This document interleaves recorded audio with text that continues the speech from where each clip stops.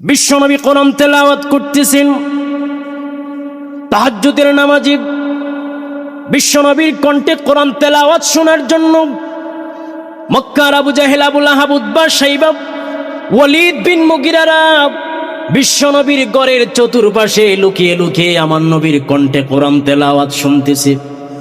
কোরআন তেলাওয়াত শুনতে শুনতে এমন অবস্থা হয়েছে, কোরআন তেলাওয়াত শুনতে শুনতে সকলে ঘুমিয়ে গেছে, বলতে পারে না। ওদিকে মসজিদে আজান হয়ে গেছে, নামাজ হয়ে গেছে, সবাই ঘুমিয়ে পড়েছে। সূর্যের আলো যখন ওদের চোখের মধ্যে পড়ল, সকলের ঘুম ভেঙে গেল। ঘুম ভেঙে যাওয়ার পরে দেখতেছে কেউ কারো বাড়িতে নাই, সবাই বিশ্বনবী মুহাম্মদুর রাসূলুল্লাহ সাল্লাল্লাহু আলাইহি ওয়াসাল্লামের ঘরের চতুর্পাশে ঘুমিয়ে আছে। আবু জাহেল যখন এই দৃশ্য দেখল, আবু জাহেল এই দৃশ্য দেখার পরে সাথীদেরকে বলল, সাথীরা আমার এইখানে কি করতেছ? বলে, নেতা আপনি কি করতেছেন? বলে, শুনেছি মুহাম্মদের কণ্ঠে কোরআনের তেলাওয়াত শুনতে নাকি অনেক মজা লাগে, ভালো লাগে, এজন্য মুহাম্মদের কণ্ঠে কোরআন তেলাওয়াত শুনতে আসছি। জোরে কোন সুবহানাল্লাহ।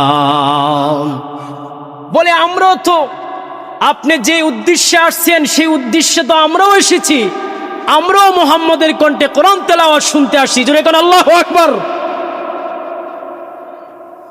আবু জাহেল বলল, তাহলে আজকের পর থেকে সবাই কথা দাও, আর মুহাম্মদের কণ্ঠে কোরআন তেলাওয়াত শুনতে আসবে না। যদি মুহাম্মদের কণ্ঠে কোরআন তেলাওয়াত শুনতে আসো, আর যদি আমাদের কর্মীরা জানতে পারে, তাহলে আমাদের পিঠের চামড়া রাখবে না, নেতৃত্ব চলে যাবে, মুহাম্মদের দলের লোক বেড়ে যাবে। কালকে থেকে আর কেউ আসবে না। বলে, ঠিক আছে লিডার, কালকে থেকে আর কেউ আসবে না। সবাই বাড়িতে চলে গেল। বাড়িতে চলে যাওয়ার পরে সন্ধ্যা হলো। আবু জাহেলের ভালো লাগে না, আবু জাহেলের মনে হতাশা। আবু জাহেল বলে, সবাই যেহেতু কথা দিয়েছে, মনে হয় আর কেউ আসবে না, আমি যাই, যায় মুহাম্মদের কণ্ঠে আরেকবার একটু কোরআন তেলাওয়াত শুনে আসি। জোরে কোন সুবহানাল্লাহ। আবু জাহেল চুপিসারে চলে আসলো। আবু জাহেল আসে, বিশ্বনবীর কণ্ঠে আবার কোরআন তেলাওয়াত শুনতেছি। ওইদিকে আবু লাহাব, উতবা, শাইবা, ওয়ালিদ বিন মুগিরারা সবাই মনে করলো, সবাই যেহেতু আজকে কথা দিয়েছে, মনে হয় কেউ আসবে না, চলো সবাই যায়। দেখা গেল পরের রাত্রে আবার সবাই চলে আসলো। এসে মুহাম্মদ সাল্লাল্লাহু আলাইহি ওয়াসাল্লামের কণ্ঠে কোরআনের তেলাওয়াত শুনতেছি। দাঁড়িয়ে দাঁড়িয়ে কোরআন তেলাওয়াত শুনতে শুনতে দেখা গেল সবাই ঘুমিয়ে গেছে। ফজরের আজান হয়ে গেল, নামাজ হয়ে গেল। দেখা গেল সূর্য উঠলো। সূর্যের আলো যখন চোখে পড়লো, আবার সকলের ঘুম ভাঙলো। ঘুম ভাঙার পরে দেখলো গত রাত্রে যারা এসেছিল সবাই আবার চলে আসছে। আবু জাহেল আবার সবাইকে জিজ্ঞেস করতেছে, সবাই না কথা দিলা, কেউ আসবা না, আবার আসলা কেন? বলে, নেতা ভালো লাগে না, মুহাম্মদের কণ্ঠে তেলাওয়াত শুনলে অন্তরটা জুড়িয়ে যায়। জোরে কোন সুবহানাল্লাহ।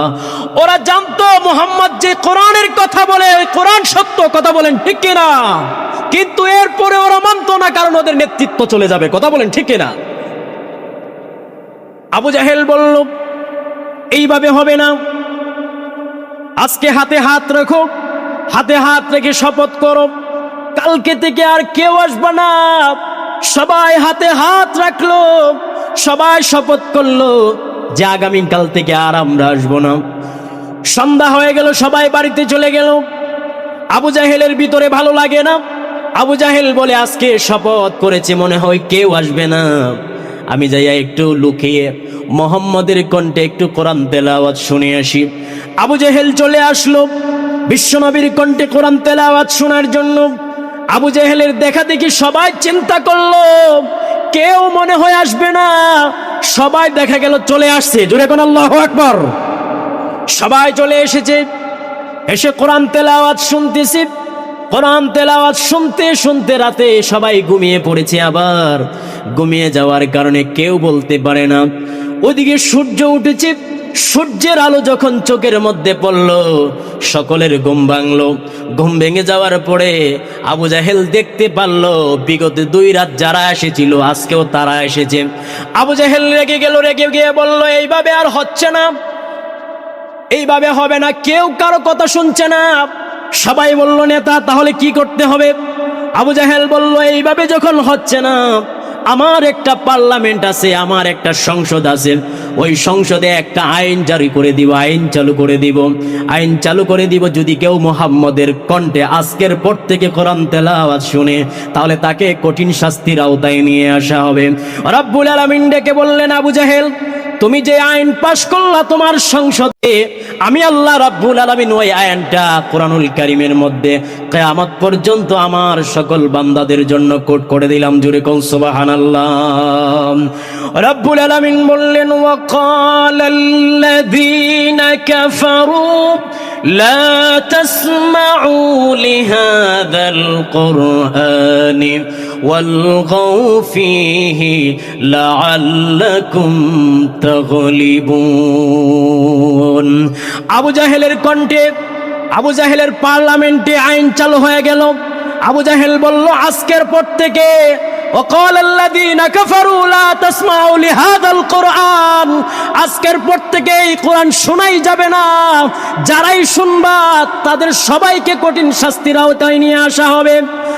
আবু জাহেল বলল ওয়ালগাউ ফীহি লাআল্লাকুম তাগলিবুন, কোরআন তো শুনতে পারবাই না, বরং কোরআনের কথা যেখানে হবে, কোরআনের আলোচনা যেখানেই হবে সেখানেই বাধা দিবা, যাতে করে তোমরা বিজয়ী হতে পারো। জোরে কোন নাউজুবিল্লাহ।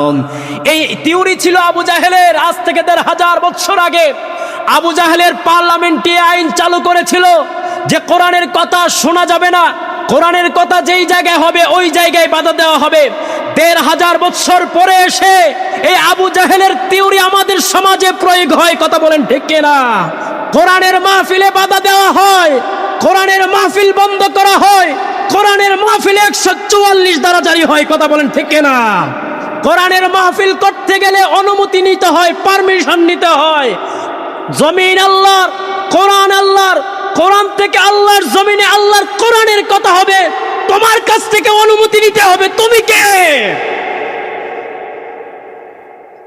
আবু জাহেলের পার্লামেন্টে এই আইন চালু হয়ে গেল। আমার ভাইয়েরা, আবু জাহেলের এই থিওরি আমাদের সমাজে প্রয়োগ হয়। কোরআন শুনতে আসা কোরআনের কর্মীদেরকে পিটিয়ে রক্তাক্ত করা হয়। কথা বলেন ঠিক কিনা? আমরা দেখেছি এই বাংলাদেশে কিছুদিন আগের ঘটনা, কোরআন শুনতে আসা কোরআনের কর্মীদেরকে পিটিয়ে রক্তাক্ত করা হয়েছে। কোরআনের মঞ্চে উঠে কোরআনের মাহফিল বন্ধ করা হয়, বক্তার কণ্ঠরোধ করা হয়। কথা বলেন ঠিক কিনা? বোঝা গেল কোরআনের মাহফিল যারা বন্ধ করে, কোরআনের মাহফিলে যারা ১৪৪ ধারা জারি করে, কোরআনের মাহফিলে যারা বাধা দেয়, ওরাই হচ্ছে নব্য আবু জাহেল। কথা বলেন ঠিক কিনা? কোন মুসলমান, কোন মুসলমানের সন্তান কোনদিন কোরআনের মাহফিল বন্ধ করতে পারে না। কথা বলেন ঠিক কিনা? সুস্থ মস্তিষ্ক বিবেকবান ব্যক্তিরা কোরআনের মাহফিলে ১৪৪ ধারা জারি করতে পারে। الذي خلق الإنسان وكرم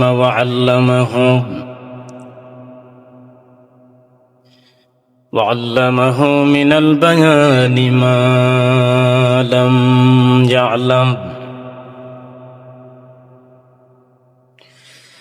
فسبحان الذي لا يحصى امتنانه باللسان ولا بالقلم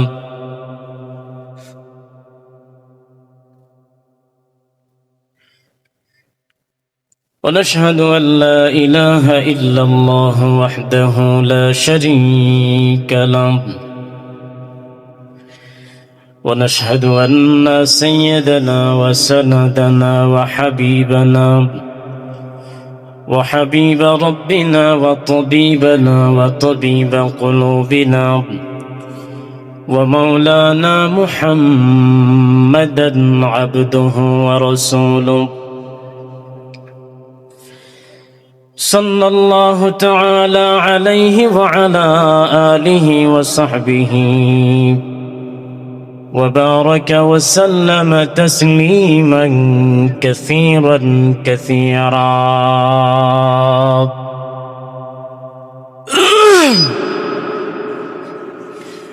الذي أرسله بالحق بشيرا ونذيرا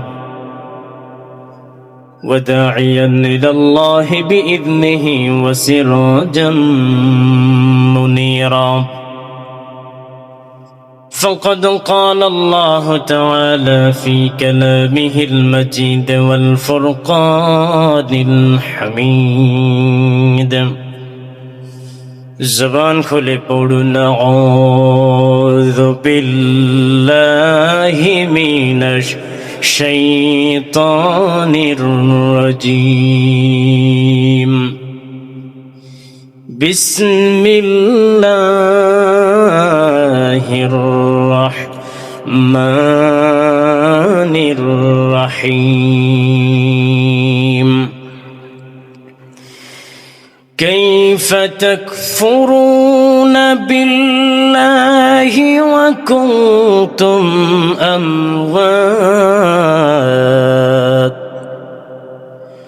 وكنتم أمواتا فأحياكم ثم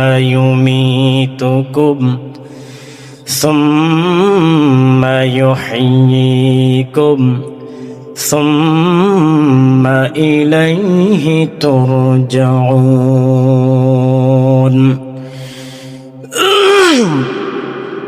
صدق الله العظيم وصدق رسوله النبي الكريم ونحن على ذلك لمن الشاهدين والشاكرين والذاكرين الحمد لله رب العالمين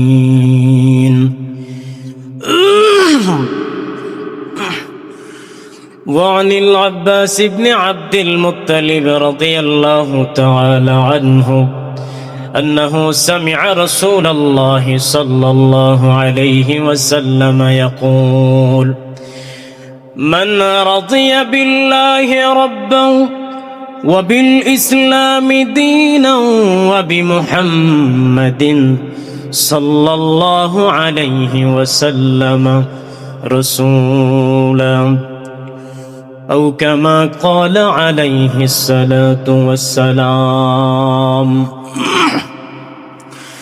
وقال تعالى في شان حبيبه إن الله وملائكته يصلون على النبي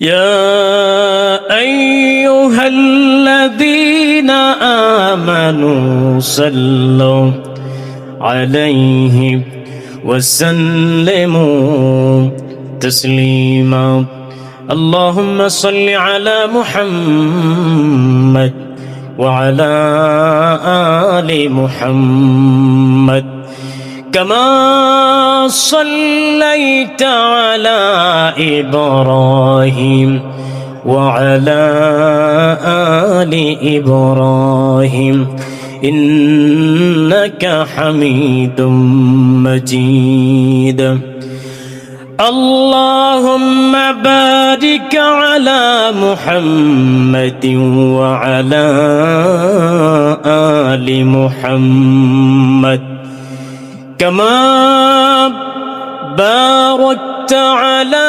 إبراهيم وعلى آل إبراهيم إنك حميد مجيد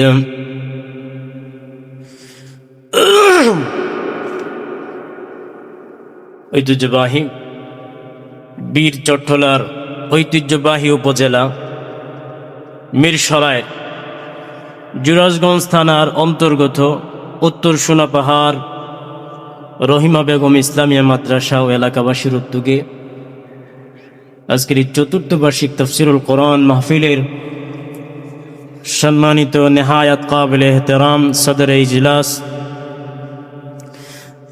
দিগার হাজরাত ওলামায়ে কেরাম তুলাবায়ে আযম এলাকার বিভিন্ন অঞ্চল থেকে আগত ইসলাম প্রিয় ধর্মপ্রাণ মুসলমান ভাই ও বন্ধুগণ, বলছি একবার ঠিক করেন, বারবার যদি শীষ মারে কানে, এটা হয়?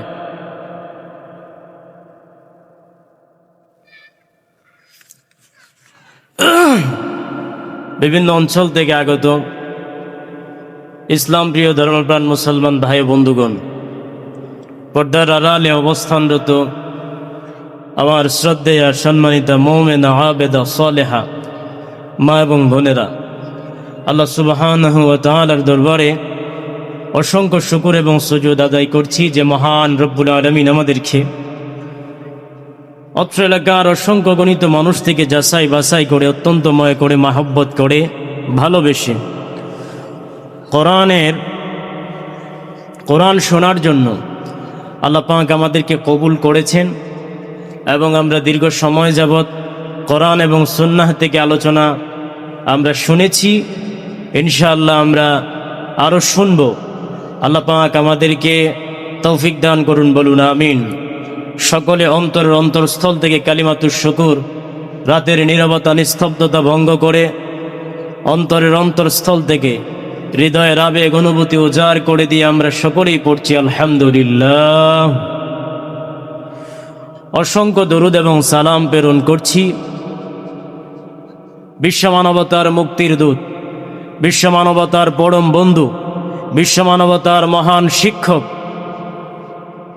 যিনি নির্যাতিত নিপীড়িত মানুষের বন্ধু, সর্বকালের সর্বযুগের সর্বশ্রেষ্ঠ নেতা, যে নেতা পৃথিবীতে এমন একটা সময় আগমন করেছিলেন যেই সময়টা আইয়ামে জাহিলিয়াতের যুগে সবাই নিমজ্জিত ছিল, যেই সমাজে মারামারি কাটাকাটিতে সবাই ব্যস্ত ছিল, খুনাখুনিতে ব্যস্ত ছিল, যেই সমাজে নারীদের কোনো ইজ্জত ছিল না, কন্যা সন্তান জন্ম নিলে জীবন্ত কবর দেওয়া হতো, ওই সমাজে আইয়ামে জাহিলিয়াতের যুগে সেই মহান নেতার আবির্ভাব হয়েছিল। সেই মহান নেতা দুনিয়ার জমিনে এসে প্রতবষ্ট মানুষদেরকে নিজের হাতে ধরে আল্লাহ পাকের রাস্তা দেখিয়েছেন, সিরাতে মুস্তাকিমের রাস্তা দেখিয়েছেন, জান্নাতের রাস্তা দেখিয়েছেন। সেই মহান নেতার প্রতি ভক্তি এবং শ্রদ্ধার সাথে আমরা সকলেই একবার দুরূদ এবং সালাম প্রেরণ করছি, সবাই পড়ছি সাল্লাল্লাহু আলাইহি ওয়াসাল্লাম। সম্মানিত উপস্থিতি, আমরা আজকে কোরআন থেকে আলোচনা করব।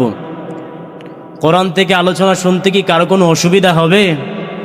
আওয়াজ দিতে হবে আমার সাথে। কোরআন থেকে আলোচনা করতে শুনতে কি কারো কোনো অসুবিধা আছে? যদিও বিগত দিনে অসুবিধা হয়েছে, নতুন বাংলাদেশে, স্বাধীন বাংলাদেশে আশা করি আর সমস্যা হওয়ার কথা নয়। কথা বলেন ঠিক না?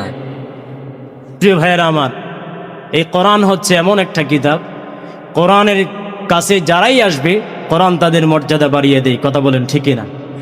আর কোরআন থেকে যারা নিজেদেরকে দূরে সরায়া দেয়, কোরআন থেকে যারা নিজেদেরকে দূরে সরায়া দেয়, আল্লাহ পাক এদেরকে দুনিয়াতেও লাঞ্ছিত করেন, পরকালেও এদেরকে লাঞ্ছিত করবেন। কথা বলেন ঠিক না? প্রিয় ভাইয়েরা আমার, এজন্য একজন মুমিন, একজন মুসলমান কোনো অবস্থাতেই সে নিজেকে কোরআন থেকে বিচ্ছিন্ন করতে পারে না। কথা বলেন ঠিক না? প্রিয় ভাইয়েরা আমার, আল্লাহর কসম করে বলছি, আগামীতে যদি বাংলাদেশকে একটা বৈষম্য মুক্ত রাষ্ট্র হিসাবে আপনারা দেখতে চান, যদি একটা ইনসাফ ভিত্তিক সমাজ রাষ্ট্র দেখতে চান, যদি সুদ মুক্ত ঘুষ মুক্ত রাষ্ট্র দেখতে চান, যদি চাঁদাবাজ মুক্ত দুর্নীতিবাজ মুক্ত একটা রাষ্ট্র দেখতে চান, তাহলে আল্লাহর কোরআনের আইনের কোনো বিকল্প নাই। কথা বলেন ঠিক কিনা? প্রিয় ভাইয়েরা আমার, এজন্য যে দলই করেন না কেন, যদি ইনসাফ ভিত্তিক একটা রাষ্ট্র কায়েম করতে চান, যদি ইনসাফ ভিত্তিক একটা সমাজ গঠন করতে চান, আপনাকে এই কোরআনের কাছে আসতেই হবে। কথা বলেন, এই কোরআনের কাছে আসতে হবে কি হবে না? প্রিয় ভাইয়েরা আমার, এজন্য আমরা সদা সর্বদাই কোরআন নিয়ে বাঁচতে চাই, কোরআন নিয়ে মরতে চাই, কোরআন নিয়ে আল্লাহর দরবারে দাঁড়াতে চাই। কথা বলেন ঠিক কিনা? প্রিয় ভাইয়েরা আমার, সেই কোরআন থেকে তেলাওয়াত করেছি কোরআন কারীমের সবচেয়ে বড় সূরা সূরাতুল বাকারার 28 নম্বর আয়াত। এই আয়াতকে সামনে নিয়ে আমরা নির্ধারিত সময়ের ভিতরে আলোচনা করার চেষ্টা করব। আল্লাহ পাক আমাদের সবাইকে ধৈর্য সহকারে আমলের নিয়তে শোনার মতো তৌফিক দান করুন, বলুন আমিন। আমি যে আয়াতে কারিমা তেলাওয়াত করেছি, এই আয়াতটা এই কোরআন থেকেই আমি পড়েছি। আমি কোনো বাইবেল থেকে পড়ি নাই, কোনো বেদ থেকে পড়ি নাই, সামবেদ বলেন, অথর্বেদ বলেন, কোনো বেদ গ্রন্থ থেকে পড়ি নাই, এই কোরআন থেকে পড়েছি। আর কোরআন হচ্ছে এমন একটি কিতাব, যেই কিতাবকে আল্লাহ পাক মানব জাতির ইহকালীন কল্যাণ, পরকালীন মুক্তির জন্য আল্লাহ প্রেরণ করেছেন। কথা বলেন ঠিক কিনা? এই কোরআনকে আল্লাহ পাক মানব জাতির সংবিধান হিসেবে প্রেরণ করেছেন। সুতরাং যেই কোরআনকে আল্লাহ মানব জাতির সংবিধান হিসেবে প্রেরণ করেছেন, ওই কোরআন থেকে কথা বলতে গেলে কোরআনের মাহফিল বন্ধ করে কারা? কথা বলেন ঠিক কিনা? কোরআনের মাহফিল বন্ধ করে তারাই, আবু জাহেলের নাতিপতি যারা। কথা বলেন ঠিক কিনা? প্রিয় ভাইয়েরা আমার, এই কোরআন এমন একটা গ্রন্থ, বিশ্বনবী যখন রাতের বেলায় কিয়ামুল লাইল করতেন, তাহাজ্জুদের নামাজ পড়তো, তখন মক্কার আরবের লিডারেরা, কাফেরেরা, মুশরিকেরা, বড় বড় লিডার আবু জাহেল, আবু লাহাব, উতবা, শাইবা, ওয়ালিদ বিন মুগিরারা এই কোরআন শোনার জন্য রাতের বেলায় বিশ্বনবীর ঘরের আশেপাশে ওরা দাঁড়ায় দাঁড়ায় কোরআন শুনতো। জুড়ে কোন সুবহানাল্লাহ। কিন্তু ওদের অভ্যাস ছিল রাতের বেলায় বিশ্বনবীর কণ্ঠে কোরআন তেলাওয়াত শুনতো, দিনের বেলায় আবার ওই কোরআনের বিরোধিতা করত। কথা বলেন ঠিক কিনা? দিনের বেলায় বিশ্বনবীর বিরোধিতা করত। এই প্রকৃতির লোক আমাদের সমাজে বসবাস করে আমাদের সাথেই। কথা বলেন ঠিক কিনা? কোরআনের মাহফিলে আসে, কোরআনের মাহফিলের চতুর্দিকে ঘুরে, কোরআনের মাহফিল থেকে যখন উঠে যায়, সকালবেলা ঘুম থেকে উঠে কোরআনের বিরোধিতা করে। কথা বলেন ঠিক কিনা? প্রিয় ভাইয়েরা আমার, এক রাতের ঘটনা, বিশ্বনবী কোরআন তেলাওয়াত করতেছেন, তাহাজ্জুদের নামাজি বিশ্বনবীর কণ্ঠে কোরআন তেলাওয়াত শোনার জন্য মক্কার আবু জাহেল, আবু লাহাব, উতবা, শাইবা, ওয়ালিদ বিন মুগিরারা বিশ্বনবীর ঘরের চতুর্পাশে লুকিয়ে লুকিয়ে আমার নবীর কণ্ঠে কোরআন তেলাওয়াত শুনতেছে। কোরআন তেলাওয়াত শুনতে শুনতে এমন অবস্থা হয়েছে, কোরআন তেলাওয়াত শুনতে শুনতে সকলে ঘুমিয়ে গেছে, বলতে পারে না। ওদিকে মসজিদে আজান হয়ে গেছে, নামাজ হয়ে গেছে, সবাই ঘুমিয়ে পড়েছে। সূর্যের আলো যখন ওদের চোখের মধ্যে পড়ল, সকলের ঘুম ভেঙে গেল। ঘুম ভেঙে যাওয়ার পরে দেখতেছে কেউ কারো বাড়িতে নাই, সবাই বিশ্বনবী মুহাম্মদুর রাসূলুল্লাহ সাল্লাল্লাহু আলাইহি ওয়াসাল্লামের ঘরের চতুর্পাশে ঘুমিয়ে আছে। আবু জাহেল যখন এই দৃশ্য দেখল, আবু জাহেল এই দৃশ্য দেখার পরে সাথীদেরকে বলল, সাথীরা আমার এইখানে কি করতেছো? বলে, নেতা আপনি কি করতেছেন? বলে, শুনেছি মুহাম্মদের কণ্ঠে কোরআনের তেলাওয়াত শুনতে নাকি অনেক মজা লাগে, ভালো লাগে, এজন্য মুহাম্মদের কণ্ঠে কোরআন তেলাওয়াত শুনতে আসছি। জুড়ে কোন সুবহানাল্লাহ। বলে, আমরাও তো আপনি যে উদ্দেশ্যে আসছেন সেই উদ্দেশ্যে তো আমরাও এসেছি, আমরাও মুহাম্মদের কণ্ঠে কোরআন তেলাওয়াত শুনতে আসছি। জুড়ে কোন আল্লাহু আকবার। আবু জাহেল বলল, তাহলে আজকের পর থেকে সবাই কথা দাও, আর মুহাম্মদের কণ্ঠে কোরআন তেলাওয়াত শুনতে আসবে না। যদি মুহাম্মদের কণ্ঠে কোরআন তেলাওয়াত শুনতে আসো, আর যদি আমাদের কর্মীরা জানতে পারে, তাহলে আমাদের পিঠের চামড়া রাখবে না, নেতৃত্ব চলে যাবে, মুহাম্মদের দলের লোক বেড়ে যাবে, কালকে থেকে আর কেউ আসবে না। বলে, ঠিক আছে লিডার, কালকে থেকে আর কেউ আসবে না। সবাই বাড়িতে চলে গেল।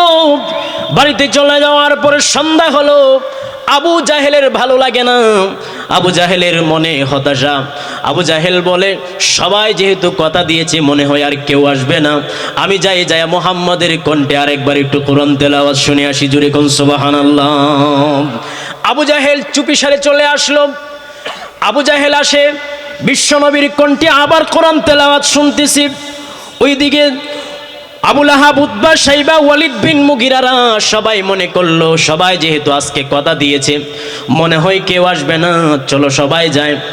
দেখা গেল পরের রাত্রে আবার সবাই চলে আসলো। এসে মুহাম্মদ সাল্লাল্লাহু আলাইহি ওয়াসাল্লামের কণ্ঠে কোরআনের তেলাওয়াত শুনতেছি। দাঁড়িয়ে দাঁড়িয়ে কোরআন তেলাওয়াত শুনতে শুনতে দেখা গেল সবাই ঘুমিয়ে গেছে। ফজরের আজান হয়ে গেল, নামাজ হয়ে গেল। দেখা গেল সূর্য উঠলো। সূর্যের আলো যখন চোখে পড়লো, আবার সকলের ঘুম ভাঙলো। ঘুম ভাঙার পরে দেখলো গত রাত্রে যারা এসেছিল সবাই আবার চলে আসছে। আবু জাহেল আবার সবাইকে জিজ্ঞেস করতেছে, সবাই না কথা দিলা, কেউ আসবা না, আবার আসলা কেন? বলে নেতা ভালো লাগে না, মুহাম্মদের কণ্ঠে তেলাওয়াত শুনলে অন্তরটা জুড়িয়ে যায়। জুড়ে কোন সুবহানাল্লাহ। ওরা জানতো মুহাম্মদ যে কোরআনের কথা বলে, ওই কোরআন সত্য, কথা বলেন ঠিক কিনা? কিন্তু এরপরে ওরা মানতো না, কারণ ওদের নেতৃত্ব চলে যাবে। কথা বলেন ঠিক কিনা? আবু জাহেল বলল, এইভাবে হবে না, আজকে হাতে হাত রাখো, হাতে হাত রেখে শপথ করো, কালকে থেকে আর কেউ আসবে না। সবাই হাতে হাত রাখলো, সবাই শপথ করলো যে আগামীকাল থেকে আর আমরা আসবো না। সন্ধ্যা হয়ে গেল, সবাই বাড়িতে চলে গেল। আবু জাহেলের ভিতরে ভালো লাগে না। আবু জাহেল বলে, আজকে শপথ করেছে, মনে হয় কেউ আসবে না, আমি যাইয়া একটু লুকিয়ে মুহাম্মদের কণ্ঠে একটু কোরআন তেলাওয়াত শুনে আসি। আবু জাহেল চলে আসলো বিশ্বনবীর কণ্ঠে কোরআন তেলাওয়াত শোনার জন্য। আবু জাহেলের দেখা দেখি সবাই চিন্তা করলো কেউ মনে হয় আসবে না, সবাই দেখা গেল চলে আসছে। জোরে কোন আল্লাহু আকবার। সবাই চলে এসেছে, এসে কোরআন তেলাওয়াত শুনতেছি। কোরআন তেলাওয়াত শুনতে শুনতে রাতে সবাই ঘুমিয়ে পড়েছে। আবার ঘুমিয়ে যাওয়ার কারণে কেউ বলতে পারে না। ওদিকে সূর্য উঠেছে, সূর্যের আলো যখন চোখের মধ্যে পড়ল, সকলের ঘুম ভাঙলো। ঘুম ভেঙে যাওয়ার পরে আবু জাহেল দেখতে পারলো বিগত 2 রাত যারা এসেছিল আজকেও তারা এসেছে। আবু জাহেল রেগে গেল, রেগে গিয়ে বলল, এইভাবে আর হচ্ছে না, এইভাবে হবে না, কেউ কারো কথা শুনছে না। সবাই বলল, নেতা তাহলে কি করতে হবে? আবু জাহেল বলল, এইভাবে যখন হচ্ছে না, আমার একটা পার্লামেন্ট আছে, আমার একটা সংসদ আছে, ওই সংসদে একটা আইন জারি করে দিব, আইন চালু করে দিব, আইন চালু করে দিব, যদি কেউ মুহাম্মদের কণ্ঠে আজকের পর থেকে কোরআন তেলাওয়াত শুনে, তাহলে তাকে কঠিন শাস্তির আওতায় নিয়ে আসা হবে। রব্বুল আলামিন ডেকে বললেন, আবু জাহেল তুমি যে আইন পাশ করলা তোমার সংসদে, আমি আল্লাহ রাব্বুল আলামিন ওই আইনটা কোরআনুল কারীমের মধ্যে কিয়ামত পর্যন্ত আমার সকল বান্দাদের জন্য কোট করে দিলাম। জুরে কোন সুবহানাল্লাহ। রাব্বুল আলামিন বললেন, ওয়াকালাল্লাযীনা কাফারু লা তাসমাউ লিহাযাল কুরআনি ওয়ালগাউ ফীহি লাআল্লাকুম তাগলিবুন। আবু জাহেলের কণ্ঠে, আবু জাহেলের পার্লামেন্টে আইন চালু হয়ে গেল। আবু জাহেল বলল, আজকের পর থেকে ওয়াকালাল্লাযীনা কাফারু লা তাসমাউ লিহাযাল কুরআন, আজকের পর থেকে এই কোরআন শোনাই যাবে না, যারাই শুনবা তাদের সবাইকে কঠিন শাস্তির আওতায় নিয়ে আসা হবে। আবু জাহেল বলল, ওয়ালগাউ ফীহি লাআল্লাকুম তাগলিবুন, কোরআন তো শুনতে পারবাই না, বরং কোরআনের কথা যেখানে হবে, কোরআনের আলোচনা যেখানেই হবে সেখানেই বাধা দিবা, যাতে করে তোমরা বিজয়ী হতে পারো। জোরে কোন নাউযুবিল্লাহ। এই থিওরি ছিল আবু জাহেলের। আজ থেকে 1500 বছর আগে আবু জাহেলের পার্লামেন্টে আইন চালু করেছিল যে কোরআনের কথা শোনা যাবে না, কোরআনের কথা যেই জায়গায় হবে ওই জায়গায় বাধা দেওয়া হবে। 1500 বছর পরে এসে এই আবু জাহেলের থিওরি আমাদের সমাজে প্রয়োগ হয়। কথা বলেন ঠিক কিনা? কোরআনের মাহফিলে বাধা দেওয়া হয়, কোরআনের মাহফিল বন্ধ করা হয়, কোরআনের মাহফিলে 144 ধারা জারি হয়। কথা বলেন ঠিক কিনা?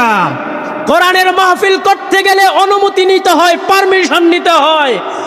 জমিন আল্লাহর, কোরআন আল্লাহর, কোরআন থেকে আল্লাহর জমিনে আল্লাহর কোরআনের কথা হবে, তোমার কাছ থেকে অনুমতি নিতে হবে। তুমি কে? আবু জাহেলের পার্লামেন্টে এই আইন চালু হয়ে গেল। আমার ভাইয়েরা, আবু জাহেলের এই থিওরি আমাদের সমাজে প্রয়োগ হয়।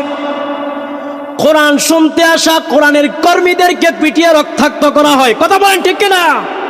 আমরা দেখেছি এই বাংলাদেশে কিছুদিন আগের ঘটনা, কোরআন শুনতে আসা কোরআনের কর্মীদেরকে পিটিয়ে রক্তাক্ত করা হয়েছে। কোরআনের মঞ্চে উঠে কোরআনের মাহফিল বন্ধ করা হয়, বক্তার কণ্ঠরোধ করা হয়। কথা বলেন ঠিক কিনা? বোঝা গেল কোরআনের মাহফিল যারা বন্ধ করে, কোরআনের মাহফিলে যারা 144 ধারা জারি করে, কোরআনের মাহফিলে যারা বাধা দেয়, ওরাই হচ্ছে নব্য আবু জাহেল। কথা বলেন ঠিক কিনা? কোন মুসলমান, কোন মুসলমানের সন্তান কোনদিন কোরআনের মাহফিল বন্ধ করতে পারে না। কথা বলেন ঠিক কিনা?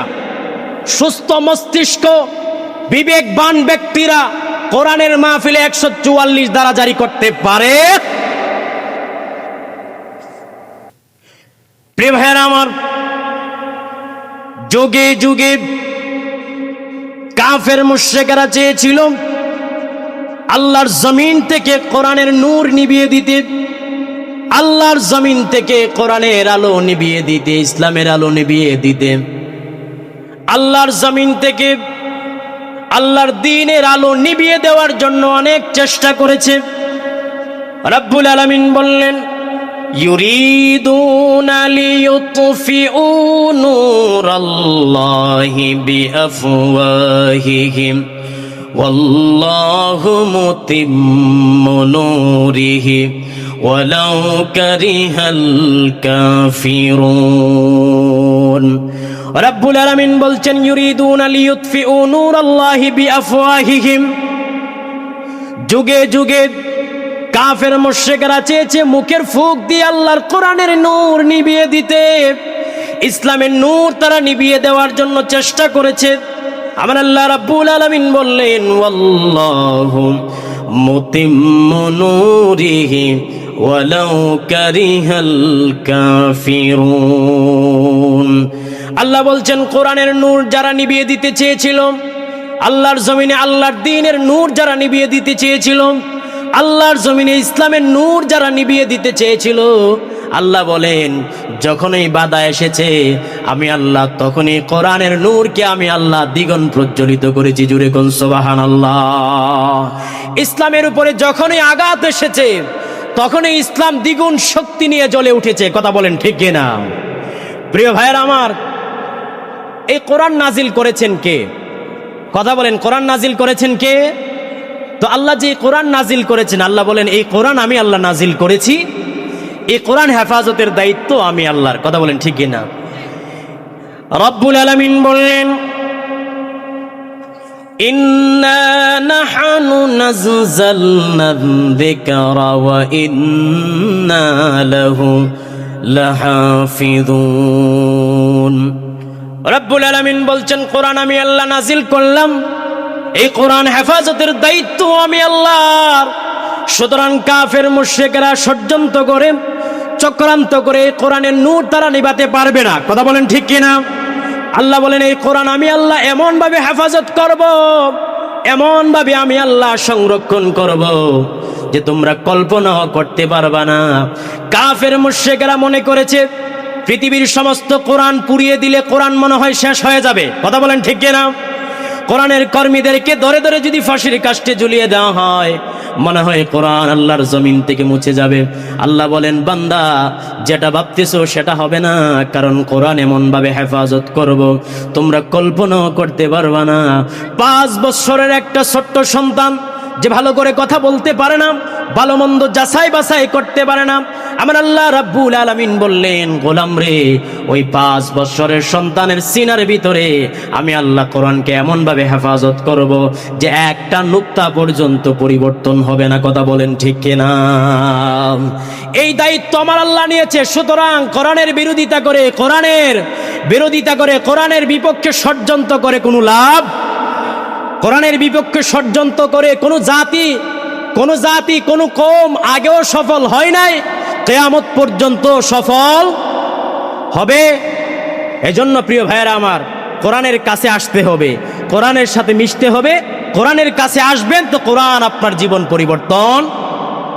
কথা বলেন প্রিয় ভাইয়েরা আমার। আসুন আমরা মূল আলোচনার দিকে যাব। আমি আপনাদের সম্মুখে একটা হাদিস পড়েছি সহিহ মুসলিমের, এবং কোরআনুল কারীম থেকে একটা আয়াত তেলাওয়াত করেছি। আমরা আগে হাদিসটা নিয়ে আলোচনা করি, তারপরে আমি আমার আয়াতের দিকে যাব।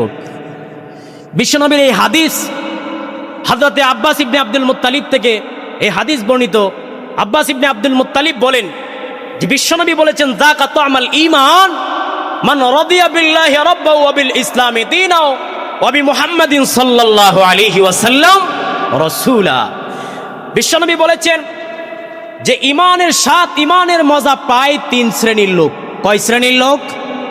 বলেন কয় শ্রেণীর লোক? বিশ্বনবী বলছেন যাকা তু'মাল ঈমান মান রাদিয়া বিল্লাহি রাব্বান ওয়া বিল ইসলামি দীনান ওয়া বিমুহাম্মাদিন সাল্লাল্লাহু আলাইহি ওয়াসাল্লাম রাসূলা। আমার নবী বলছেন যাকা তু'মাল ঈমান, ঈমানের স্বাদ তারাই পাবে। এক নাম্বার মান রাদিয়া বিল্লাহি রাব্বান, যারা আল্লাহকে রব হিসেবে যারা পেয়ে সন্তুষ্ট তারাই ঈমানের মজা পায়। এই আমাদের রবকে, কথা বলেন আমাদের রবকে, আরেকটু জোরে বলতে হবে আমাদের রবকে। বলতে কি ভয় লাগে, লজ্জা লাগে? একটা সময় তো আল্লাহু আকবারের ধ্বনি দিলে, আল্লাহু আকবারের কথা যখন বলা হতো, স্লোগান দেওয়া হতো, আমাদেরকে বলা হতো ও জঙ্গি, কথা বলেন ঠিক কিনা? আল্লাহু আকবারের স্লোগান দিলে বলা হতো ও মৌলবাদী, কথা বলেন ঠিক কিনা? ওরে জেলে ঢুকা, ওরে জেলে বর, নির্যাতন কর, এমনও যুগ আমরা দেখেছি, কথা বলেন ঠিক কিনা? সেই সময়ও আমরা আল্লাহু আকবারের স্লোগান দিয়েছি, এখনো আল্লাহু আকবারের স্লোগান দিব। যতদিন এই দেহে প্রাণ থাকবে ততদিন আল্লাহু আকবারের স্লোগান হবে, কথা বলেন ঠিক কিনা?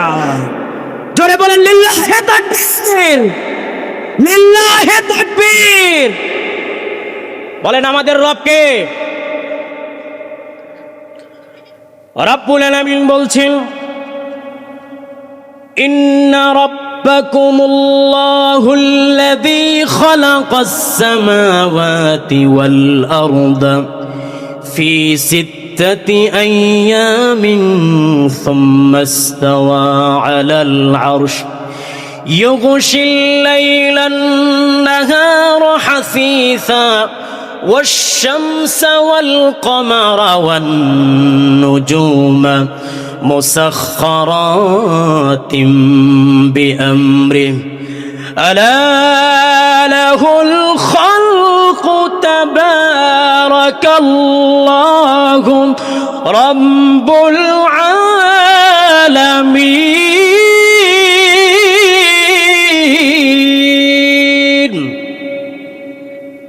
রব্বুল আলামিন বলছেন ইন্না রাব্বাকুমুল্লাযী, তোমাদের রব হচ্ছেন সেই আল্লাহ। রবের পরিচয় আল্লাহই দিচ্ছেন। আল্লাযী খালাকাস সামাওয়াতি ওয়াল আরদা, যে আল্লাহ রব্বুল আলামিন এই সুউচ্চ আসমান এবং এই সুবিস্তৃত জমিন মাত্র 6 দিনে সৃষ্টি করেছেন। সুম্মা ইসতাওয়া আলাল আরশ, এবং তারপরে উনি আরশের সমসীন হয়েছেন। আর-রহমানু আলাল আরশি ইসতাওয়া, রব আরশের সমসীন হয়েছেন, কথা বলেন ঠিক কিনা? ইউগশিল লাইলান নাহারা হাসীসা, রব্বুল আলামিন বলছেন রব তো তিনি, আল্লাহ তো তিনি, যিনি দিনকে রাতের ভিতরে এমন ভাবে প্রবেশ করান যে মনে হয় দিন দৌড়ে দৌড়ে রাতের ভিতরে প্রবেশ করতেছেন। ওয়াশ-শামসা ওয়াল কমারা ওয়ান নুজুমা মুসাখখারাতিন বিআমরি, বলছেন রব তো তিনি ওয়াশ-শামসা ওয়াল কমারা ওয়ান নুজুমা, যিনি চন্দ্র সৃষ্টি করেছেন, যিনি সূর্য সৃষ্টি করেছেন, যিনি আকাশের নক্ষত্ররাজি সৃষ্টি করেছেন। মুসাখখারাতিন বিআমরি, আল্লাহ বলছেন সবগুলো হচ্ছে আল্লাহর আদেশের অনুগামী। জুড়ে কোন সুবহানাল্লাহ। এই চন্দ্র দেখতেছেন, এই সূর্য দেখতেছেন, এই আকাশের নক্ষত্ররাজি দেখতেছেন, সবগুলো আমার আল্লাহ পাকের আদেশের অনুগামী, কথা বলেন ঠিক কিনা? আমার আল্লাহ যদি বলে চন্দ্র আজকে একটু আলো দেওয়া যাবে না, কম দিতে হবে, চন্দ্র আল্লাহর কথা মেনে চন্দ্র আলো কমিয়ে দেয়। আল্লাহ সূর্যকে যদি বলে সূর্য আজকে পরিপূর্ণ তাপ দেওয়া যাবে না, সূর্য আল্লাহর কথা শুনে সূর্যের আলো, সূর্যের তাপ একটু কমিয়ে দেয়, কথা বলেন ঠিক কিনা? পৃথিবীর কোনো মানুষের কন্ট্রোল নেই এইগুলোতে, কথা বলেন আছে? পৃথিবীর কোনো শক্তি পরাশক্তি যদি সবাই মিলে যদি সূর্যকে বলে সূর্য আজকে তাপ দেওয়া যাবে না, সূর্য কি তাপ বন্ধ করবে? কথা বলেন এই জায়গায় চলবে কারো ক্ষমতা এই জায়গায় চলবে? আল্লাহ বলেছেন মুসাখখারাতিন বিআমরি, সবগুলো হচ্ছে আল্লাহ পাকের আদেশের অনুগামী। জুড়ে কোন সুবহানাল্লাহ। আলা লাহুল খালকু ওয়াল আমরু তাবারাকাল্লাহু রাব্বুল আলামিন। রব্বুল আলামিন বলছেন জমিন যার, আল্লাহ বলছেন আইন চলবে দিল্লির, কথা বলেন। জমিন যার, আইন চলবে ব্রিটিশের। কথা বলেন। আল্লাহ বলছেন আলা লাহুল খালকু ওয়াল আমর, সৃষ্টি যার, আইন চলবে তার। কথা বলেন ঠিক কিনা? জমিন যার, আইন চলবে তার। এই জমিনে কোনো ব্রিটিশদের আইন চলতে পারে না, দিল্লির প্রেসক্রিপশনে দেশ চলতে পারে না। জমিন যার, আইন চলবে তার। এটা কার ঘোষণা? আলা লাহুল খালকু ওয়াল আমর তাবারাকাল্লাহু রাব্বুল আলামিন। কিন্তু দুঃখের বিষয় হলো আল্লাহ বলছেন জমিন যার, আইন চলবে তার। বিগত 54 বছর আমরা তাগুতের আইন মেনেছি। কথা বলেন ঠিক কিনা? বিগত 54 বছর আমরা ব্রিটিশদের বস্তা পচা আইনের গোলামি করেছি। বিগত 54 বছর আমরা দিল্লির গোলামি করেছি। বিগত 54 বছর মানব রচিত আইনের গোলামি আমরা করেছি। কথা বলেন ঠিক কিনা? মনে রাখবা মুসলমান, বীর চট্টলার মুসলমান, যদি এই দেশকে যদি ইনসাফ ভিত্তিক একটা রাষ্ট্র কায়েম করতে হয়, যদি সুদ মুক্ত বাংলাদেশ গড়তে হয়, চাঁদা মুক্ত বাংলাদেশ গড়তে হয়, যদি একটা সুন্দর সমাজ গড়তে হয়, তাহলে আল্লাহর কোরআনের আইনের কোনো বিকল্প, কোনো রাস্তা আছে? কথা বলেন আছে? বিগত 54 বছরে আমার আপনার ভাগ্য পরিবর্তন হয় নাই? হয়েছে? আমার আপনার ভাগ্য পরিবর্তন হয়েছে। বিগত 54 বছর আমরা দেখেছি, 54 বছরে এই জাতির ভাগ্য পরিবর্তন হয় নাই। এই জাতির সুযোগ এসেছে ভাগ্য পরিবর্তনের। কথা বলেন ঠিক কিনা? বীর চট্টলার মুসলমান, এজন্য আগামীতে যদি আল্লাহর কোরআনকে যদি পার্লামেন্ট পর্যন্ত পৌঁছাইতে পারেন, যেই জাতির ভাগ্য 54 বছরে পরিবর্তন হয় নাই, আল্লাহর কোরআন যদি সংসদে যায়, তাহলে 54 দিনে আল্লাহর কোরআন আপনাদের ভাগ্য পরিবর্তন করবে। কথা বলেন ঠিক কিনা? এজন্য আল্লাহ বলেছেন আলা লাহুল খালকু ওয়াল আমরু তাবারাকাল্লাহু রাব্বুল আলামিন। রাব্বুল আলামিন বলেছেন জমিন যে আল্লাহর, আইন চলবে সেই আল্লাহর। সৃষ্টি যে আল্লাহর, আইন চলবে সেই আল্লাহ। প্রিয় ভাইরা আমার, এজন্য আসুন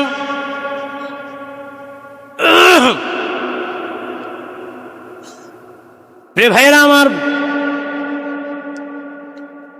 রব্বুল আলামিন বলছেন শুনে নাও, আমার নবী বলছেন 2 নাম্বার, 1 নাম্বার হচ্ছে ইমানের মজা তারা পায় যারা রব হিসাবে আল্লাহকে মেনে নেয়। 2 নাম্বার হচ্ছে ওয়াবিল ইসলামি দীনা। 2 নাম্বার ইমানের মজা তারাই পেয়ে যায় যারা ইসলামকে নিজেদের জীবন ব্যবস্থা হিসেবে গ্রহণ করে। ইসলামকে যারা নিজেদের জীবন ব্যবস্থা হিসেবে গ্রহণ করবে, আমার নবী বলেছেন তারা ইমানের প্রকৃত স্বাদ পেয়ে যাবে। জোরে কোন সুবহানাল্লাহ। প্রিয় ভাইরা আমার, আমাদের জীবন ব্যবস্থার নাম কি? একটু জোরে বলেন, আমাদের জীবন ব্যবস্থার নাম কি? যদি সত্যিকার অর্থে জীবন ব্যবস্থা, দুঃখের বিষয় হলো আমরা ইসলামকে জীবন ব্যবস্থা হিসেবে এখনো মানতে পারি নাই।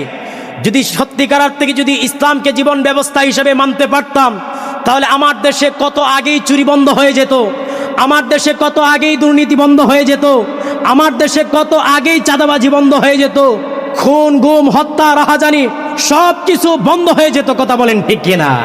ইসলামকে আমরা জীবন ব্যবস্থা হিসেবে মানতে পারি নাই। আল্লাহ বলেন ইসলামকে যদি জীবন ব্যবস্থা হিসেবে মানতে না পারো, তাহলে তোমাদের ভাগ্য পরিবর্তন কোনো দিনও হবে না। কথা বলেন ঠিক কিনা?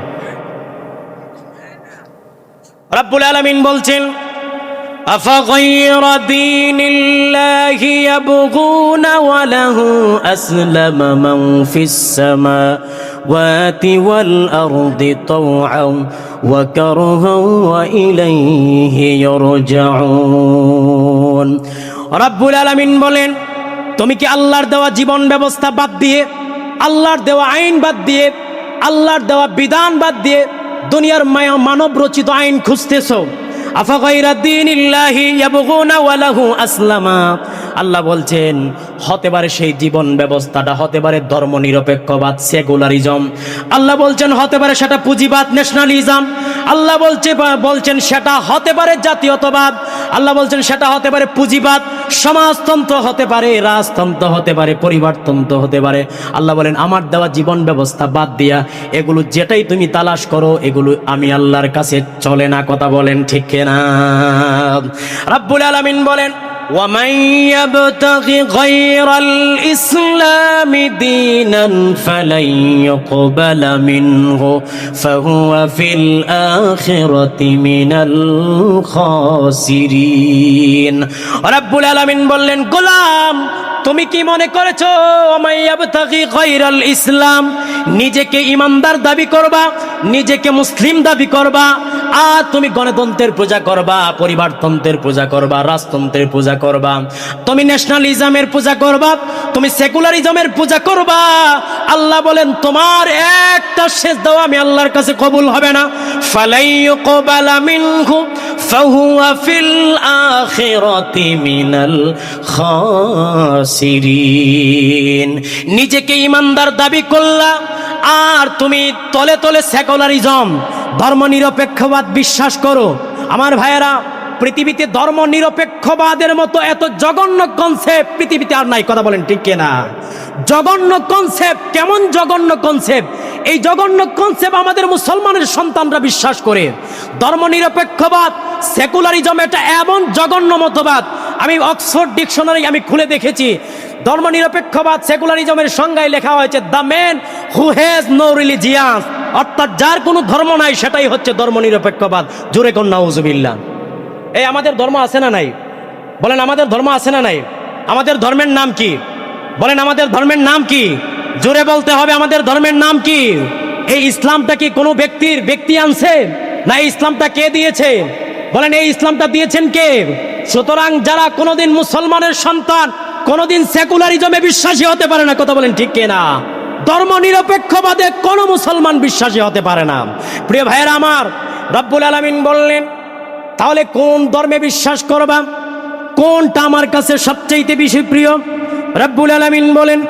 ইন্নাদ-দীনা ইনদাল্লাহি ইসলাম রব্বুল আলামিন বললেন যেই ধর্মটা আমি আল্লাহর কাছে সবচেয়ে বেশি প্রিয় যেটা আমি আল্লাহর কাছে মনোনীত ধর্ম সেটার নাম হচ্ছে ইসলাম জোরে কোন সুবহানাল্লাহ তাহলে বোঝা গেল ইসলাম আল্লাহর দেওয়া মনোনীত একটা ধর্ম কথা বলেন ঠিক কিনা ইসলাম বাদে যেগুলো আছে সব হচ্ছে কুফরি মতবাদ কথা বলেন ঠিক কিনা ইসলাম ছাড়া অন্য কোনো মতবাদে কোনো মুসলমান বিশ্বাসী হতে পারে দুনতান নাইকা না প্রিয় ভাইয়েরা আমার তো আসুন তাহলে বোঝা গেল আমার রাসূল বলেছেন যদি ঈমানের স্বাদ কেউ পেতে চায় তাহলে সে ইসলামকে জীবন ব্যবস্থা হিসেবে গ্রহণ করতে হবে 3 নম্বর হচ্ছে অবি মুহাম্মাদিন সাল্লাল্লাহু আলাইহি ওয়াসাল্লাম রাসূলা সংক্ষেপে বলছি রাসূল বলছেন 3 নম্বর হচ্ছে তোমাদের মধ্যে ঈমানের স্বাদ তারাই পাবে প্রকৃত মজা তারাই পাবে যারা মুহাম্মদ সাল্লাল্লাহু আলাইহি ওয়াসাল্লামকে রাসূল হিসেবে মেনে নিবে কথা বলেন ঠিক কিনা আমাদের নেতাকে আমাদের রাসূলকে মুহাম্মদ সাল্লাল্লাহু আলাইহি ওয়াসাল্লাম আমাদের নেতা একজন তিনি হচ্ছেন মুহাম্মদ সাল্লাল্লাহু আলাইহি ওয়াসাল্লাম যেই নেতার আদর্শ দিনের বেলা যেমন রাতের বেলায় তেমন কথা বলেন ঠিক কিনা আর আজকে আমাদের নেতাদের দিনের বেলায় চরিত্র একরকম রাতের বেলায় চরিত্র হচ্ছে আরেক রকম কথা বলেন ঠিক কিনা বোঝা গেল যদি আদর্শ মানতে হয় আদর্শ ফলো করতে হয় তাহলে কারো বাবার আদর্শ মানা যাবে না কারো স্বামীর আদর্শ মানা যাবে না আদর্শ যার মানতে হবে তিনি হচ্ছেন বিশ্বনবী মুহাম্মদ সাল্লাল্লাহু আলাইহি ওয়াসাল্লাম বিশ্বনবীর আদর্শ ছাড়া আর কোনো ব্যক্তির আদর্শ চলবে না কথা বলেন ঠিক কিনা কোনো ব্যক্তির আদর্শ মানতে যাবেন তো আপনি গুমরা হবেন কথা বলেন ঠিক কিনা আপনি যেই নেতার পূজা করেন যেই নেতার পিছনে পিছনে আপনি দৌড়ান ওই নেতা রাতের বেলায় কি করে আপনি তো দেখেন না কথা বলেন দেখেন দেখেন আপনারা দেখেন তাহলে বোঝা গেল নেতার চরিত্র দিনের বেলা একরকম রাতের বেলায় অন্যরকম নেতা 63 বছর যেই নেতার চরিত্র আল্লাহ পাক কোরআনে পরিষ্কার করে দিয়েছেন মুহাম্মদ সাল্লাল্লাহু আলাইহি ওয়াসাল্লাম সব কিছু ওপেন সুতরাং বোঝা গেল যেই নেতার সব কিছু ওপেন সেই নেতাই হচ্ছে আসল নেতা কথা বলেন ঠিক কিনা প্রিয় ভাইয়েরা আমার আসুন আমরা মুহাম্মদ সাল্লাল্লাহু আলাইহি ওয়াসাল্লামকে রাসূল হিসেবে মেনে নেওয়ার অর্থ হলো আমার জীবনের সব কিছুতে দিনে হোক রাতে হোক ঘরের বাইরে হোক সব জায়গায় সমাজে হোক রাষ্ট্রে হোক সব জায়গায় একজনের আদর্শ চলবে তিনি হচ্ছেন মুহাম্মদ সাল্লাল্লাহু বলেন তিনি হচ্ছেন মুহাম্মদ সাল্লাল্লাহু প্রিয় ভাইয়েরা আমার আসুন আমরা যে আয়াতে কারিমা তেলাওয়াত করেছি ওই আয়াত থেকে আমরা সংক্ষিপ্তভাবে একটু আলোচনা করব। আলোচনা করেই আমরা আমাদের মূল একটা কাজ আছে, ওই কাজের দিকে আমরা অগ্রসর হব। আসুন, রব কি বলছেন? সূরাতুল বাকারার 28 নম্বর আয়াত। রব্বুল আলামিন বলছেন, কাইফা তাকফুরুনা বিল্লাহি ওয়া কুনতুম আমওয়াতান ফাআহইয়াকুম সুম্মা ইউমীতুকুম সুম্মা ইউহয়ীকুম সুম্মা ইলাইহি তুরজাউন। রব্বুল আলামিন বললেন, কাইফা তাকফুরুনা বিল্লাহ, কিভাবে তোমরা আমি আল্লাহর সাথে কুফরি করো, কিভাবে তোমরা আমি আল্লাহকে অস্বীকার করো, কিভাবে তোমরা আমি আল্লাহকে অবিশ্বাস করো। রব্বুল আলামিন বলছেন, ওয়া কুনতুম আমওয়াতা, তোমরা ছিলে মৃত, তোমরা ছিল প্রাণহীন, তোমাদের কোনো অস্তিত্ব ছিল না, তোমাদেরকে কেউ চিনতো না, কেউ জানতো না। রব্বুল আলামিন বললেন, ফাআহইয়াকুম, তারপর আমি আল্লাহ তোমাদেরকে জীবন দান করলাম। বলেন, আমাদেরকে জীবন দিয়েছেন যিনি, তিনি কে? কথা বলেন, তিনি কে? আল্লাহ রাব্বুল আলামিন বলছেন, বান্দা দুনিয়াতে আইসা আমি আল্লাহর সাথে নাফরমানি করো, আমি আল্লাহকে অস্বীকার করো, আমি আল্লাহর সাথে কুফরি করো, তোমরা আমি আল্লাহকে চিনো না, জানো না, তোমরা ছিলে মৃত, তোমাদের কোনো অস্তিত্ব ছিল না, তোমাদেরকে কেউ চিনতো না, কেউ জানতো না। আমি আল্লাহ তোমাদেরকে ফাআহইয়াকুম, তোমাদেরকে জীবন দান করলাম। রব্বুল আলামিন অন্য জায়গায় আল্লাহ বলছেন, হাল আতা আলাল ইনসানি হিনুম মিনাদ দাহরি লাম ইয়াকুন শাইআম মাযকুরা। রব্বুল আলামিন বললেন, হাল আতা আলাল ইনসান, মানুষ অবশ্যই এমন একটা সময় অতিবাহিত করে এসেছে, এমন একটা সময় অতিক্রম করে এসেছে, লাম ইয়াকুন শাইআম মাযকুরা, যেই মানুষ উল্লেখযোগ্য কোনো বস্তু ছিল না, মানুষের কোনো কিছুই ছিল না, মানুষ তার অস্তিত্ব ছিল না, অস্তিত্বহীন ছিল, মানুষকে কেউ চিনতো না, কেউ জানতো না, মানুষের মাথা ছিল না, মানুষের হাত ছিল না, দেখার মতো চোখ ছিল না, কথা বলার মতো তার জবান ছিল না, জিহ্বা ছিল না, চলার মতো তার পা ছিল না। আল্লাহ বলেন, লাম ইয়াকুন শাইআম মাযকুরা, উল্লেখযোগ্য কোনো বস্তুই মানুষ ছিল না। রব্বুল আলামিন বললেন, ইন্না খালাকানাল ইনসানা মিন নুতফাতিন আমশাজ। রব্বুল আলামিন বললেন, দুনিয়ার মানুষ, তোমাদেরকে আমি আল্লাহ সৃষ্টি করলাম বাবার স্পার্ম, শুক্রাণু, মায়ের ওবাম, মায়ের ডিম্বাণু, বাবা মায়ের মিলিত, উভয়ের মিলিত শুক্রবিন্দ, বীর্যবিন্দ, এক ফোঁটা নাপাক পানি থেকে তোমাদেরকে সৃষ্টি করলাম। জোরে কোন আল্লাহু আকবার। আল্লাহ রাব্বুল আলামিন বললেন, এমন এক নাপাক পানি দিয়ে সৃষ্টি করলাম যেই নাপাক পানির কোনো মূল্য নাই। কথা বলেন, ঠিক কিনা? এই নাপাক পানির কোনো মূল্য আছে? আল্লাহ বলছেন, এটা এমন একটা নাপাক পানি, যেই নাপাক পানি বের হলে মানুষের পুরো শরীর নাপাক হয়ে যায়। কথা বলেন, ঠিক কিনা? নাপাক পানিটা কাপড়ে লাগলে কাপড় নাপাক হয়ে যায়, শরীরে লাগলে শরীর নাপাক হয়ে যায়। আল্লাহ বলছেন, ইন্না খালাকনাল ইনসানা মিন নুতফাতিন আমশাজ, মানুষকে সৃষ্টি করেছি এক ফোঁটা নাপাক পানি থেকে, শুক্রবিন্দ, বীর্যবিন্দ থেকে আমি আল্লাহ সৃষ্টি করলাম। প্রিয় ভাইয়েরা আমার, আল্লাহ পাক এইভাবে গুড়াই ধরে টান দিলেন কেন? এইভাবে মানুষকে গুড়াই ধরে বললেন কেন? এর কারণ আছে। কথা বলেন, ঠিক কিনা? রব্বুল আলামিন বলছেন যে, দেখো, দুনিয়াতে মানুষ যখন একজন যখন আরেকজনকে ঘায়েল করতে চায়, একজন যখন আরেকজনকে নরম করতে যায়, তখন তার দুর্বল জায়গায় ধরে টান দেয়। কথা বলেন, ঠিক কিনা? আল্লাহ বলেন, তোমরা দুনিয়াতে আইসা অহংকারী হইবা, এটা আমি আল্লাহ আগের থেকে জানি। কথা বলেন, ঠিক কিনা? তোমরা দুনিয়াতে আইসা বাহাদুরি করবা, টাকার গরম দেখাইবা, ক্ষমতার গরম দেখাইবা, এটা আল্লাহ আমি অনেক আগের থেকেই জানি। তোমাদেরকে সৃষ্টি করার আগে থেকে আমি আল্লাহ জানি। এই জন্য আমি আল্লাহ জানায় দিলাম, অহংকার করার মতো তোমাদের কিছুই নাই, তাকাব্বুরি করার মতো তোমাদের কিছুই নাই, কারণ তোমাদেরকে সৃষ্টি করলাম এক ফোঁটা নাপাক পানি থেকে। কথা বলেন, ঠিক কিনা? আমার জন্য হচ্ছে, আমার সবচাইতে বড় পরিচয় হচ্ছে আমি এক ফোঁটা নাপাক পানির তৈরি। এর চাইতে বড় কোনো পরিচয় আমার নাই। কথা বলেন, কারণ এর চাইতে বড় পরিচয় যখন আমি দিতে যাব তখনই আমার মধ্যে অহংকার চলে আসবে। কথা বলেন ঠিক কিনা? আমি বড় মুহাদ্দিস হয়ে গেছি, বড় মুফতি হয়ে গেছি, বড় শাইখুল হাদিস হয়ে গেছি, আমি আপনাদের সামনে এত মানুষের সামনে বয়ান দিচ্ছি, এই পরিচয় যখন আমার মধ্যে চলে আসবে তখনই আমি অহংকারী হয়ে যাব। সুতরাং আমি বলতে চাই, আমি মুফতি মাসরুরের পরিচয় হচ্ছে আমি 1 ফোঁটা নাপাক পানির তৈরি, এর চাইতে আর বড় কোনো পরিচয় নাই। আল্লাহ এই জন্য বললেন যে তোমাদেরকে সৃষ্টি করলাম 1 ফোঁটা নাপাক পানি থেকে, যেই পানির কোনো মূল্য নাই। কথা বলেন ঠিক কিনা?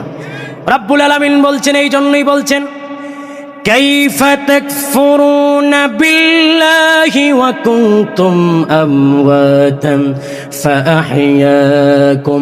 রব্বুল আলামিন বলছেন কিভাবে আমি আল্লাহকে অস্বীকার করো, কিভাবে আমি আল্লাহর সাথে নাফরমানি করো, কিভাবে আমি আল্লাহর সাথে কুফরি করো। রব্বুল আলামিন বলছেন তোমরা তো কিছুই ছিলে না, তোমাদেরকে এত সুন্দর করে বানালাম, এত সুন্দর করে বানালাম। রব্বুল আলামিন মানব জাতির সৃষ্টির ইতিহাসটা, প্রক্রিয়াটা সূরাতুল মুমিনুনে আরো সুন্দরভাবে বললেন। রব্বুল আলামিন বলছেন ওয়ালাকাদ খালাকনাল ইনসানা মিন সুলালাতিন মিন তিন সুম্মা জাআলনাহু নুতফাতান ফি قرار مكين ثم خلقنا النطفة علقة فخلقنا العلقة مضغة فخلقنا المضغة عظاما فكسونا العظام لحما ثم أنشأناه خلقا آخر فتبارك الله أحسن الخالقين। রব্বুল আলামিন বলছেন তোমাদেরকে আমি আল্লাহ কি সুন্দরভাবে সৃষ্টি করলাম। আল্লাহ বলেছেন প্রথমে তোমাদেরকে তোমাদের মায়ের রেহেমের ভিতরে তোমাদের বাবার বীর্য আমি আল্লাহ ঢুকাইলাম। ঢুকানোর পর বর্তমান বিজ্ঞান সায়েন্স বলছে, মডার্ন সায়েন্স বলছে প্রত্যেকটা মানুষের বীর্যের 1 ফোঁটাতে 40,000 রুহু থাকে। জুড়ে কোন সুবহানাল্লাহ। প্রিয় ভাইরা আমার, এই 40,000 রুহু যখন মায়ের গর্ভের ভিতরে ঢুকে সবাই প্রতিযোগিতা করে মায়ের রেহেমে ঢুকার জন্য। এই 39,999টা রুহু কাটা পড়ে যায়, মাত্র একটা রুহু মায়ের রেহেমের ভিতরে ঢুকে, ওই রুহুটাই সন্তান হিসাবে দুনিয়াতে আল্লাহ প্রেরণ করেন। জোরে কোন সুবহানাল্লাহ। আল্লাহ বলছেন ওই যে রেহেমের ভিতরে যে রুহুটা ঢুকে আমি আল্লাহর আদেশে ওই রুহুটাকে আমি আল্লাহ রাব্বুল আলামিন নির্দিষ্ট একটা সময় তোমার মায়ের রেহেমের ভিতরে আমি রাখি আল্লাহ বলেন আমি আল্লাহর সৃষ্টির প্রক্রিয়াটা দেখো। আল্লাহ বলছেন সুম্মা খালাকানান নুতফাতা আলাকাতান। আল্লাহ বলেন ওই যে নাপাক পানিটাকে আমি আল্লাহ সর্বপ্রথম একটা রক্তপিণ্ডে আমি আল্লাহ পরিণত করি। রক্তপিণ্ড বানায়া কিছুদিন যাওয়ার পরে আমি আল্লাহ ওইটাকে একটা গোশতের টুকরা বানাই। আল্লাহ বলেন ওই গোশতের টুকরাটা কিছুদিন রাখার পরে আমি আল্লাহ রাব্বুল আলামিন গোশতের টুকরাটাকে একটা হাড্ডিতে রূপান্তর করি। জুড়ে কোন সুবহানাল্লাহ। আল্লাহ বলছেন ওই হাড্ডিটা যখন হয়ে যায় ফাকাসাউনাল ইযামা লাহামা। আল্লাহ বলছেন ওই হাড্ডির উপরে আমি আল্লাহ গোশতগুলো বিছিয়ে দিয়ে আমি আল্লাহ সুন্দরভাবে একটা বডি স্ট্রাকচার দিই, সুন্দর করে একটা বডি বানায়া আমি আল্লাহ ওই বডির ভিতরে রূহ ফুঁকে দেই। রূহ দিয়ে আমি আল্লাহ সুম্মা নুখরিজুকুম তিফলা। আল্লাহ বলেন ওই বডিটাকে আমি আল্লাহ একটা সময় ছোট্ট একটা বাচ্চার আকার ধারণ করে আমি আল্লাহ পৃথিবীতে পাঠায়া দেই। জুড়ে কোন সুবহানাল্লাহ। তাহলে আমাদেরকে আল্লাহ এত সুন্দর করে বানাইলেন যে আল্লাহ, ওই আল্লাহকে অস্বীকার করার কোন সিস্টেম আছে? বলেন ওই আল্লাহকে কি অস্বীকার করা যায়? এত সুন্দর করে কোনো ব্যক্তির পক্ষে, দুনিয়ার কোনো মানুষের পক্ষে কোনো কিছু বানানো সম্ভব? বলেন সম্ভব? আল্লাহ বলেন তোমরা কি করে আমি আল্লাহকে অস্বীকার করো, কি করে আমি আল্লাহর সাথে কুফরি করো? তোমরা যখন মায়ের রেহেমের ভিতরে ছিলা, পৃথিবীর কোনো শক্তি ছিল না তোমাদের মায়ের রেহেমের ভিতরে খাবার পৌঁছানোর। কথা বলেন ঠিক কিনা? বর্তমান আধুনিক বিজ্ঞান বলেন, মডার্ন সায়েন্স বলেন, যত তথ্য প্রযুক্তি বলেন, টেকনোলজি বলেন, কোন টেকনোলজি, কোন বিজ্ঞান, কোন তথ্য প্রযুক্তি আজ পর্যন্ত আবিষ্কার করতে পারে নাই মায়ের রেহেমের ভিতরে খাবার পৌঁছানোর কোনো মেশিন আজ পর্যন্ত আবিষ্কার হয় নাই। হয়েছে? আল্লাহ বলেছেন আমি যদি ইচ্ছা করতাম তাহলে তোমাদেরকে তোমাদের মায়ের পেটের ভিতরে রিজিক না দিয়ে তোমাদেরকে মেরে ফেলতে পারতাম। কথা বলেন পারতেন কি না? আমার আল্লাহ যদি খাবার না দিতেন তাহলে বাঁচা সম্ভব ছিল? 9 মাস 10 মাস মায়ের গর্ভে বাঁচা সম্ভব ছিল না কোনো অবস্থাতেই। কোনো মুসলমানের পক্ষে বাঁচা, কোনো মানুষের পক্ষে বাঁচা, মায়ের পেটের ভিতরে বাঁচা সম্ভব ছিল না। রাব্বুল আলামিন বললেন, দেখো আমি আল্লাহ রাব্বুল আলামিন তোমাদের কিভাবে, মানব জাতিকে কিভাবে তাদের মায়ের রেহেমের ভিতরে খাবার দিলাম। রাব্বুল আলামিন বললেন, প্রথমে আমি আল্লাহ রাব্বুল আলামিন তোমাদের মায়ের ভিতরে যখন তোমাদের রুহটা যখন ফুঁকে দিই, তোমাদের বডি স্ট্রাকচার যখন তৈরি হয়ে যায়, আল্লাহ বলেন তোমাদের মায়ের মাসিক আমি আল্লাহ বন্ধ করে দেই, মাসিকের রক্ত বন্ধ করে দেই। মাসিকের রক্ত বন্ধ করে দিয়ে আল্লাহ বলছেন তোমাদের নাভির সাথে এমন একটা তার কানেকশন করে দেই, এমন একটা লত আমি আল্লাহ কানেকশন করে দেই, তোমাদেরকে তোমাদের মায়ের মাসিকের রক্ত খাওয়ায়া খাওয়ায়া আমি আল্লাহ রাব্বুল আলামিন তোমাদেরকে তোমাদের মায়ের গর্ভে আমি খাবার দিয়েছি। জোরে কোন সুবহানাল্লাহ। রাব্বুল আলামিন বলেন, এমন যে প্রক্রিয়া আমি করলাম, আমি তো ইচ্ছা করলে তোমাদেরকে মুখ দিয়ে খাবার দিতে পারতাম। কথা বলেন ঠিক কিনা? আল্লাহ মুখ দিয়ে খাবার দিতে পারতেন কি পারতেন না? কিন্তু আল্লাহ এই জিনিসটা মুখ দিয়ে না দিয়ে নাভি দিয়ে দিলেন কেন? নাভি দিয়ে দেওয়ার কারণ হচ্ছে, আল্লাহ বলে, গোলাম দুনিয়াতে আইসা এই জবান দিয়ে আমি আল্লাহর কথা স্মরণ করবি, আমি আল্লাহকে ডাকবি, আমার রসুলের কথা বলবি, দুনিয়াতে আইসা কোরআনের কথা বলবি, হাদিসের কথা বলবি।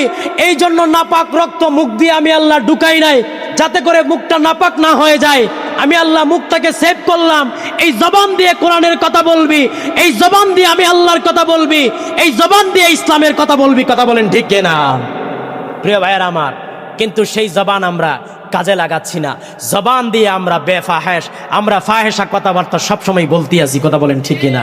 কিন্তু আল্লাহ তো চেয়েছিলেন এই জবান দিয়ে আমি আল্লাহর কথা বলবি, কোরআনের কথা বলবি, হাদিসের কথা বলবি, ইসলামের কথা বলবি, এর বাইরে খারাপ কিছু বলবি না। কারণ খারাপ কিছু যদি বলতেই হতো, আমি আল্লাহ তোর যে মায়ের যে নাপাক রক্তটা খাওয়াইয়া তোমাকে বড় করলাম, ওই নাপাক রক্ত আমি আল্লাহ মুখ দিয়ে দিতাম। কথা বলেন ঠিক কিনা? প্রিয় ভাইয়ার আমার, আসুন, আল্লাহ বলছেন আমি আল্লাহকে অস্বীকার করার কোনো সিস্টেম, অস্বীকার কিভাবে করবা? রাব্বুল আলামিন বলছেন, আমি আল্লাহ যখন তোমাদেরকে দুনিয়ার জমিনে প্রেরণ করলাম, দুনিয়ার জমিনে আইসাই তুমি মাছ মাংস খাইতে পারতা না। কথা বলেন ঠিক কিনা? আল্লাহ বলছেন, কাইফা তাকফুরুনা বিল্লাহ, কিভাবে আমি আল্লাহকে অস্বীকার করো, কিভাবে আমি আল্লাহকে অস্বীকার, কিভাবে আমি আল্লাহকে অবিশ্বাস করো, আমি আল্লাহর সাথে নাফরমানি করো। কারণ আমি আল্লাহ রাব্বুল আলামিন বলছেন, নাফরমান বান্দারা আমি আল্লাহকে অস্বীকার করার কোনো সিস্টেম নাই। কারণ দুনিয়াতে আসার আগে আমি আল্লাহ রাব্বুল আলামিন তোমার মায়ের স্তনের মধ্যে আমি আল্লাহ রাব্বুল আলামিন তোমাদের জন্য গরম দুধ রিজার্ভ করে রেখে দিয়েছিলাম। জোরে কোন সুবহানাল্লাহ। প্রিয় ভাইরা আমার, এজন্য আল্লাহ বলছেন, কাইফা তাকফুরুনা বিল্লাহি ওয়া কুনতুম আমওয়াতা। আল্লাহ বলছেন আমি আল্লাহকে অস্বীকার করার কোনো সিস্টেম নাই। কিভাবে অস্বীকার করবা? কুনতুম আমওয়াতা, তোমরা মৃত ছিলে, ফাহিয়াকুম, তোমাদেরকে আমি আল্লাহ জীবিত করলাম। আল্লাহ বলছেন সুম্মা ইউমিতুকুম, তারপরে তোমাদেরকে আবার মরণ দিব, সুম্মা ইউহয়িকুম, তোমাদেরকে আবার হাসরের ময়দানে পুনরুজ্জীবিত করব। আল্লাহ বলছেন সবাইকে আমার দিকে ফিরে আসতে হবে। সুতরাং সবাই জবাবদিহিতার জন্য সবাই প্রস্তুত থাকো। এই জন্য আসুন, জবাবদিহিতার জিন্দেগি আমাদের সবাইকে পালন করতে হবে। কথা বলেন ঠিক কিনা? প্রিয় ভাইরা আমার, প্রত্যেকটা মানুষ যখন জবাবদিহিতার চিন্তা করবে, দুনিয়াতে সে কোনোদিন খারাপ কাজ করতে পারে। আল্লাহ পাক আমাদের সবাইকে কবুল করুন, বলুন আমিন। প্রিয় ভাইরা আমার, এই যে এই এলাকায় এত সুন্দর একটা, এই আবু ইউসুফ সাহেব ক্যামেরা বন্ধ করেন।